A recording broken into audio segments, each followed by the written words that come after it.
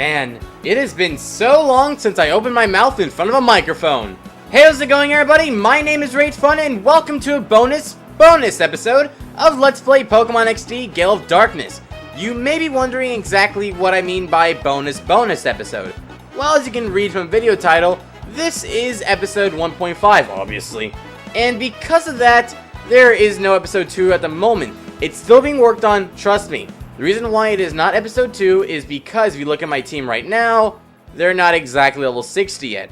Ironically, Black Hole is actually the highest level in our team right now, being a whopping level 57 because I gave it an XP share. Poseidon and Snuggles have been the two main members of my team that have been going into the Realgam Tower and fighting it out and just overall getting experience for themselves. And then once they all reach level 60, I'll swap them out for Aggravation and Athena and give Legend the XP share and do the same thing as I've been doing with Black Hole, Poseidon, and Snuggles in that sense.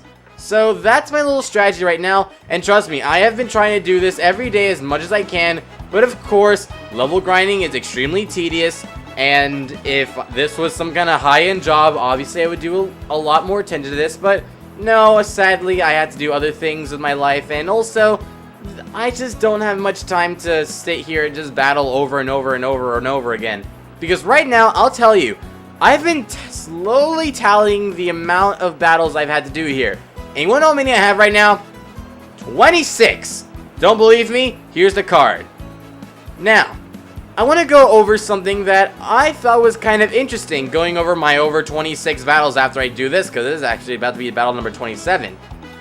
Throughout all the battles I've had here in the Tower Coliseum, in the 4th rotation, we have not gone over this one because obviously we went over the 1st rotation when we first got to the Realgam Tower and decided to go over exactly what the 1st rotation was in the main Let's Play.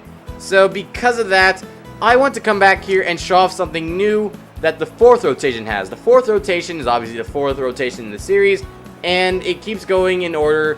When the 1st rotation starting with Wobbubanned, I don't know why I'm speaking like this, it sounds kind of German. And then it moves on to the 4th one, which ends, well, with the 4th one. And right now, I'm already set to go to the 4th rotation.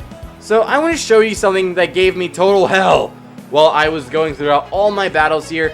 And I now have a good way to prevent myself from experiencing this hell. And I'll show you exactly what it is. And trust me, some information I'm going to give you on this could actually be very mind-blowing to a lot of you competitive battlers. So, without any further delay, let's go ahead and get this started.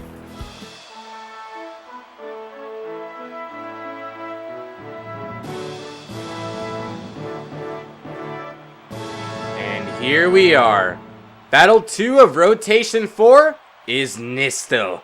More specifically, Kermit and Nistel. Now, what is so bad about this nice looking man right here?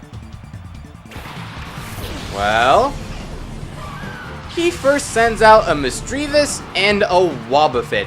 And might I say, before I go ahead and get any further into talking about this battle, I want to take this nice cinematic pause right over here to tell you that Poseidon has now learned Hydro Pump. Yeah, you learn Hydro Pump at level 52.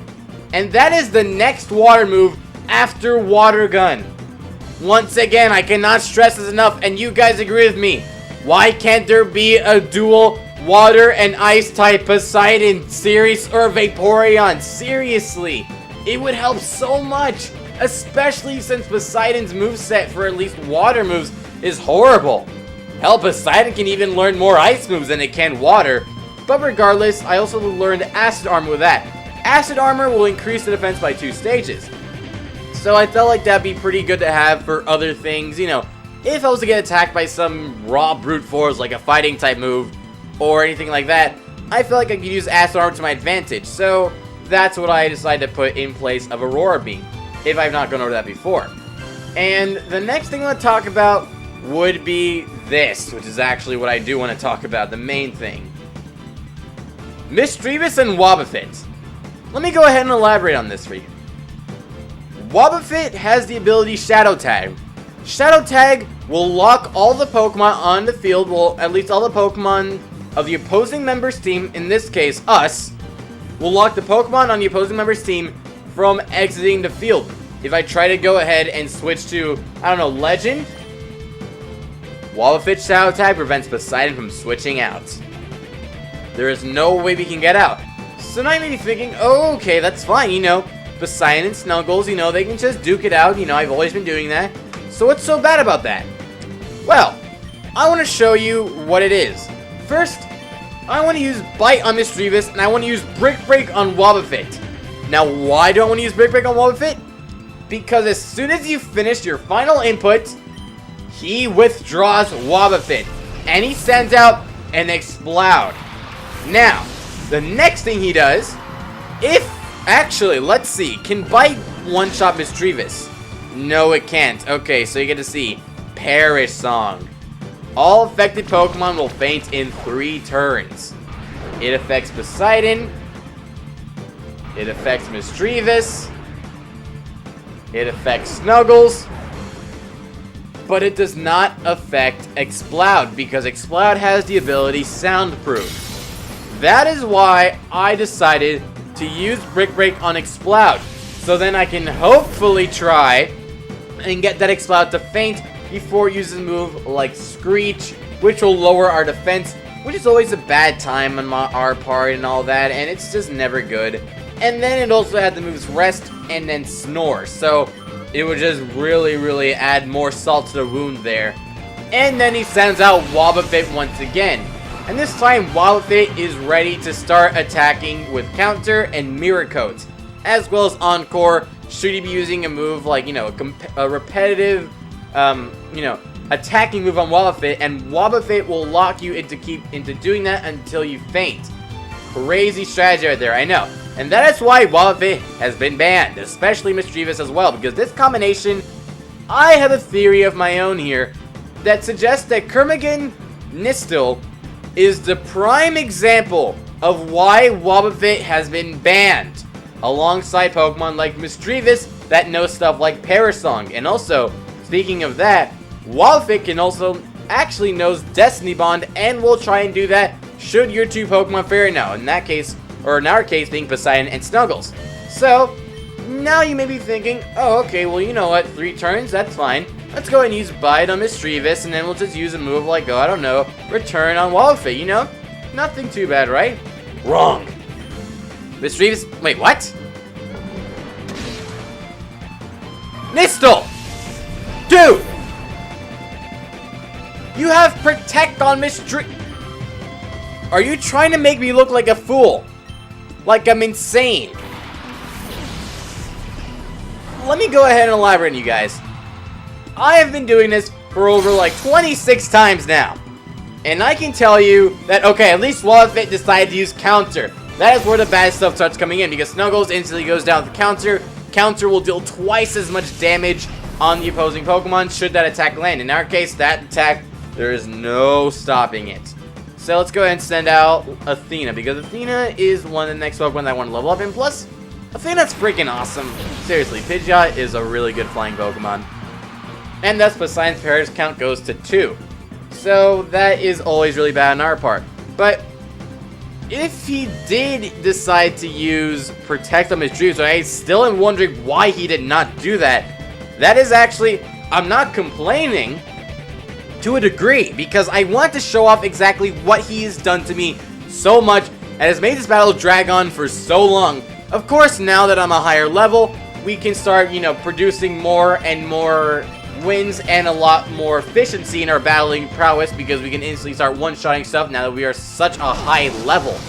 But regardless, this battle overall is pretty easy once you get a high level Pokemon, but if you are still around level 40 range, prepare for absolute hell.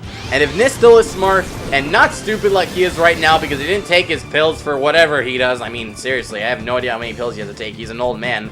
But regardless, Mean Look, that would lock our Pokemon into place, except that makes no sense at all, because right now, we really don't care what happens to us right now. Poseidon surprisingly survived that.